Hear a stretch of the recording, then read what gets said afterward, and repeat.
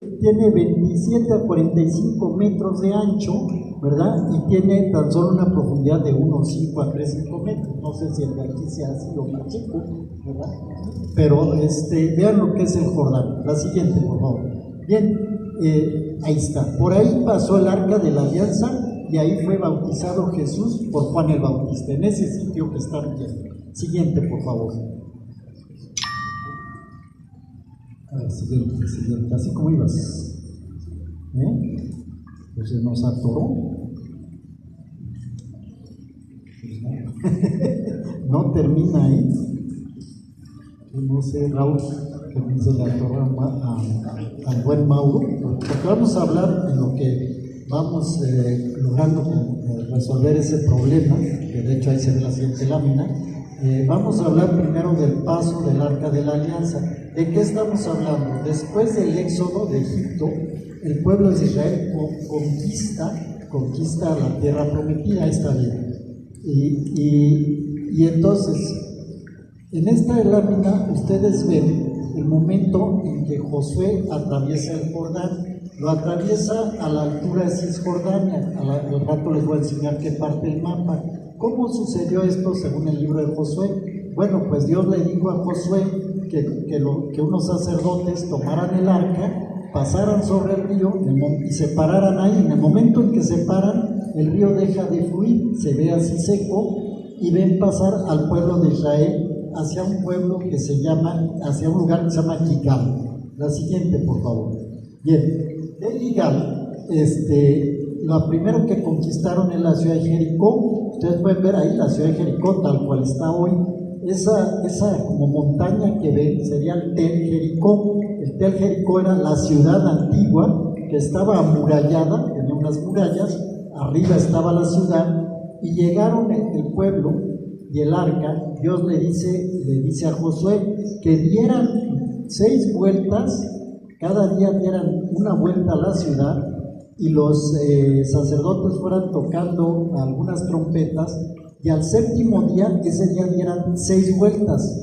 Cuando sonaran las trompetas de los sacerdotes, el pueblo diera un alarido, y oh sorpresa, se caen las murallas de Jericó. ¿Y cómo sabían que había gente amurallada ahí? Porque una prostituta que se llamaba Rahab había permitido el paso de unos espías que le habían dicho a Josué cómo estaba el movimiento.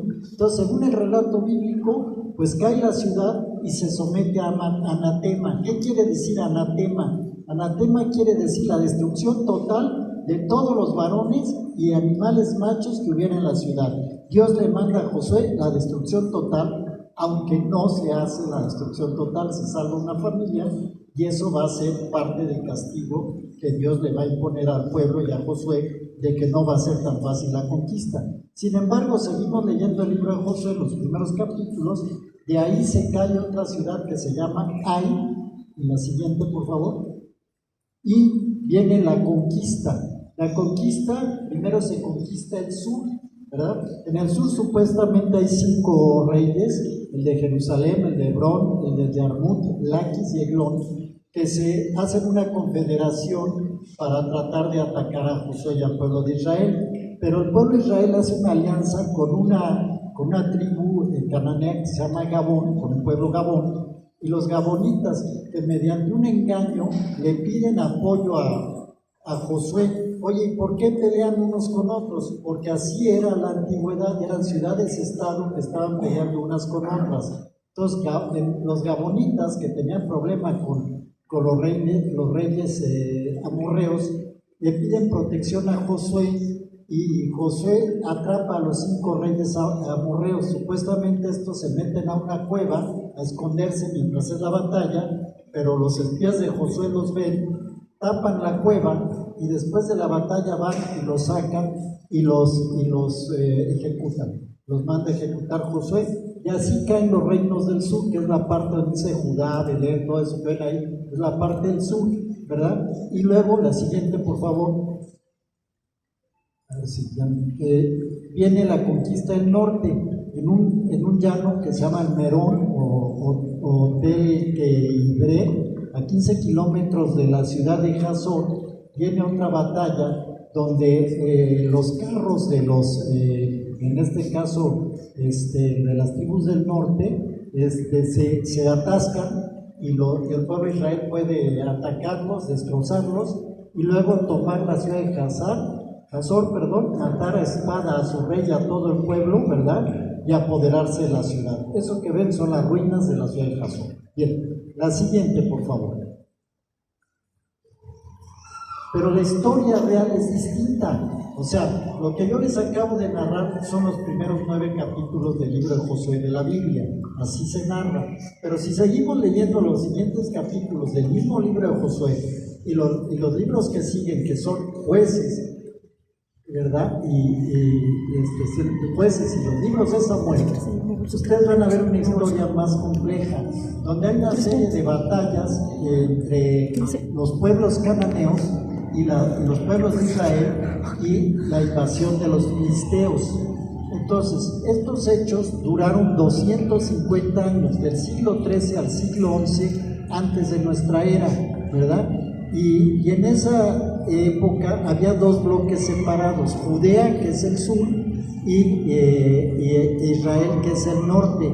En medio estaba la tribu de Benjamín, que es la zona donde está Jerusalén. ¿Dónde va a terminar esta conquista? Va a terminar después de que pasan los jueces que dirigen el pueblo, viene el rey Saúl, el profeta Samuel, y unge al rey Saúl, y el rey Saúl muere en batalla, y después vendrá el rey David, y el rey David terminará tomando Jerusalén, unificando los 2 reinos. Ahí es donde termina la conquista de Israel. Lo digo así en pocas palabras porque el tiempo es limitado, pero eso les invito a que escuchen las grabaciones del programa que hemos hecho en los últimos sábados.